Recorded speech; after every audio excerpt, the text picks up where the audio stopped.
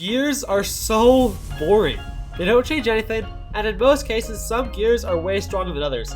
But because they're universal, they can't be balanced, because what's better on one brawler isn't always on another, just like how the vision gear is useless on tanks.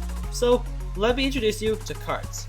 Cards would be fundamentally the same as gears, except every brawler would now have 10. 6 common, 2 epic, 1 mythic, and 1 legendary. They would be priced accordingly at 500, 750, 1000, and 1250. Or for 350 each, you could buy a random one from a card pack. These packs reset daily and can be brawler specialized for a trio or for every brawler in the game. These abilities would then work differently on each brawler, and even common cards could work this way. For example, Shelly could have a naturally charging shield, while other brawlers would instead have to deal damage to charge theirs. This could help encourage certain playstyles on brawlers where their playstyle doesn't really fit with their class. I'm talking about you, kids.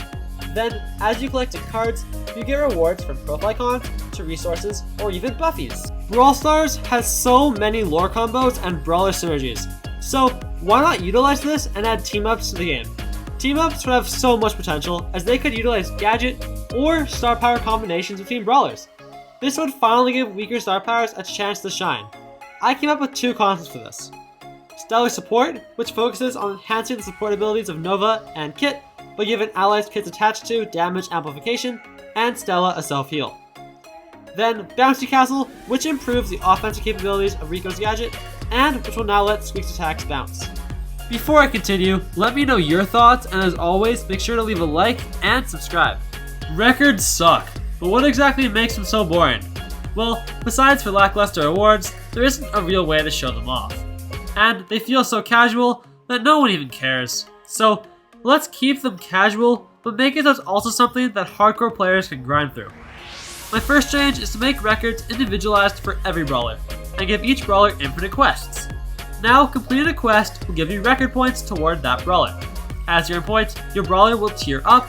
Each tier up will give you some set rewards. Then once you reach Celestial, you'll get a space-themed True Gold skin, Buffy skin, and some gems.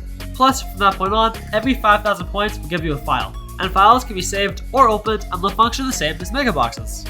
Records kinda left out game modes, so let's add game mode Mastery to the game. We all know Mastery won't return, or at least not for brawlers. So why not give this amazing feature to game modes? Here's how it'll work. Winning games will now earn you points. The higher your rank, the more you get. You know the deal. As you rank up, you'll earn rewards and eventually, upon reaching Diamond 3, get an exclusive title, like Gem Carrier for Gem Grab and Spin to Win in Showdown. Then, as a trail award, every additional 8k points, you'll earn 1 gem, but it would cap at 30 a month from all game modes. They could add something like this to limited time or seasonal game modes too. Ever since we stopped getting those new hypercharge offers in the shop, gems have completely lost their value. So let's give them a new use. Now gems can be converted into ticket cash. This is the main currency of Brawl Stars China, but I think it could be utilized in Brawl Stars. It can be bought directly in the shop at the same rate of gems, but unlike gems, it could be used to buy anything in the game only available with money. But how does this fix gems? Well, you can exchange gems at a 12% exchange rate, meaning 100 gems would be equal to 12 ticket cash. Then these ticket cash could be used to buy, I don't know, a Brawl Pass. Using this math though, a Brawl Pass would cost roughly 1200 gems, or 700 gems for a Brawl Pass Plus. But if you were to then get 15 for free a season, that would mean every 10 months you could get a free Brawl Pass. Finding a team is impossible. Half the time you get matched with players you started yesterday, and the other half are absolute pros who will kick you instantly. So, let's add chat rooms to Brawl Stars. These would function the same as they do in Moko or Clash of Clans. You can invite people to your team, and it would make Brawl Stars more social. Then, let's make these chat rooms even better. Brawl Stars does have a lot of exclusive cosmetics, so why not let us sell or trade them with each other? This would effectively stop cross-trading and make skins like Star Shelly accessible to newer players.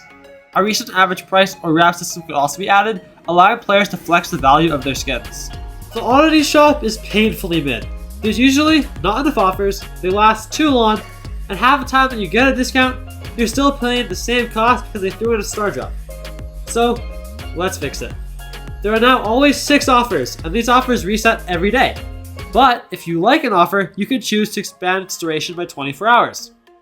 This can only be done once per offer. Next up, I added customizable packs. This would be super rare, but would allow you to choose exactly what you wanted. There wouldn't be a discount, you could pick any sort of progression or any skin in the catalog. Ever since the shop redesign, it's been a chore to collect your daily freebie. Half the time, there might be more than 10 trillion offers, and there is no way to quickly get to it. So, I moved the daily freebie back to the front of the shop. Ever since the hypercharge nerfs, all of their effects have felt pretty lackluster, especially with the influx of power creep from buffies. Every time an assassin gets a buffy, people think they're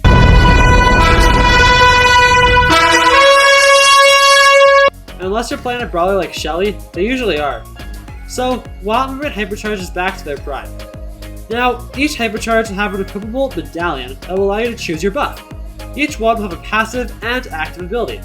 Passive is self-explanatory, but the active ability is like a gadget, but is instantly used when hypercharging. I came up with 6 medallions. The speed medallion, which will let you move faster and grant a dash on activation. The damage medallion, which gives a damage buff and will mark the nearest enemy, reducing their healing for the entirety of your hypercharge. The super medallion, which gives a supercharge rate buff and will instantly charge 15% of your super. The health medallion, which causes you to passively heal instantly, and it will heal yourself and allies by 45%. The shield medallion, which causes you to take less damage and knock back nearby enemies, and the hyper medallion, which will give you every perk at 5%, plus a 1 second hypercharge duration. Ranked sucks. So let's fix it. First off, ranking up doesn't feel rewarding, and that little progress bar after every game feels so insignificant. So let's take from Fortnite and make your progress front and center. I also think it should display what % of players you're ranked above, purely because that's pretty cool to see in most other games. Next, let's change how seasons work to be every 2 months. Then, I'd keep the Pro Pass, but add a light tier that would cost 100 gems to get access to. Its perks would be ranked awards, which would give you random progression after every few wins. They could be star drops, hypercharges, or even buffies. I also made it so you get access to every brawler at power level 11. But that perk wouldn't be in effect until Mythic 3, because, well, randoms. I then have the price for the Pro Pass, but also have the rewards, as ranked seasons are now only 2 months. This would also give more incentive to play, as the current structure is pretty boring for casual players. Do you know what's always controversial? Balance changes. So, why not the balance team dedicate a few balance changes each month to player base? Once you rank up to Masters, players could vote what the next balance changes should be. This could work in the game, or through a poll that gets sent. From there, they could then vote on what abilities or brawlers were too strong, or too weak. Do you know what buffies remind me of? Pokémon. You know, that massive franchise that causes 40-year-olds to fight at Costco to make a few dollars? Anyhow, Pokémon is perfect for collaboration. First off, the original region of Kanto had 151 Pokémon, and they could add an open world game mode to collect them. They could add a Pokédex you get from capturing Pokémon, and they could then add these Pokémon as Buffy skins, or even add trainer skins too. But that's not what Pokémon's known for, so they could then add some sort of game mode where you battle them, and then at the end of the season, host some form of tournament to find out who the greatest trainer is once and for all. To those of you who made it this far, thanks for watching, and as always, I'll see you next time.